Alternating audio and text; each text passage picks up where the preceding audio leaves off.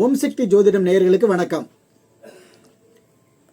நாம் இன்னைக்கு பதிவில் மேஷம் விருச்சிகம் இந்த ரெண்டு ராசிக்காரர்களுக்கு திருமண தடை விலகுமா, எப்போது திருமண காலம் அப்படின்னு பார்த்தோம் அப்படின்னாக்கா, சனீஸ்வர பகவானுடைய பயிற்சி 6/3/2026 நடக்குது.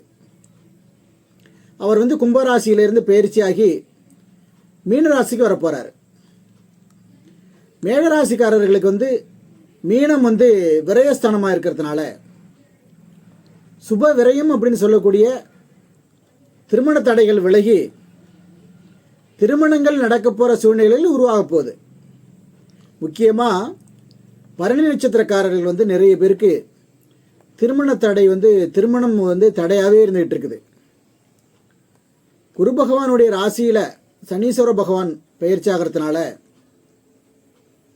குரு பகவானுடைய பரிபூர்ண சக்தி திருச்செந்தூர் முருகபெருமானிட்ட இருக்கிறதுனால,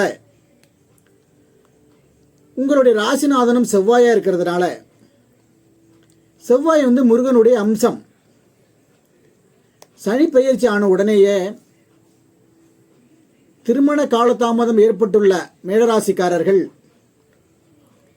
ஒரு கார்த்திகையோ அல்லது விசாக நட்சத்திரத்து அன்னைக்கோ அல்லது சஷ்டி திதி அன்னைக்கோ திருச்செந்தூர் போய் முருகப்பெருமானை மனமுருகி வேண்டிக்கிடுங்க. நிச்சயம் அவர் உங்களுக்கு கருணை காட்டுவார். திருமண தடைகள் எல்லாம் உடனே விலகும். அதே மாதிரி செவ்வாய் பகவானுடைய இன்னொரு ராசியான விருச்சிக ராசிக்காரர்களுக்கும் குரு பகவான் இப்போதைக்கு 8ஆம் இடத்துல இருக்கிறதுனால சனிப்பெயர்ச்சினால உங்களுக்கு நல்லது தான் நடக்கும்.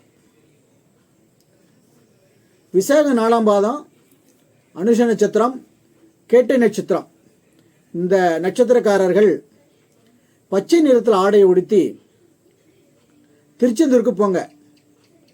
பாவங்கள் விலக முருகப்பெருமானுடைய வேளால தோண்டப்பட்ட நாழி கிணற்று நீரில் நீராடுங்க.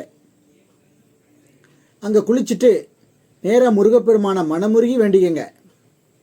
செந்தில் ஆண்டவன் உங்களுக்கு நிச்சயம் நல்ல வாழ்க்கை அமையறதுக்கு அருள் புரிவார். அதே மாதிரி சனிக்கிழமை அன்னைக்கு சனீஸ்வர பகவானை வழிபட்டு எள் சாதம் தானமாக பண்ணுங்க. எள் விளக்கு போட்டு சனீஸ்வரனுக்கு அர்ச்சனை பண்ணுங்க. விரைவில் திருமண பாக்கியம் நிச்சயம் கைகூடி வரும். நன்றி, வணக்கம்.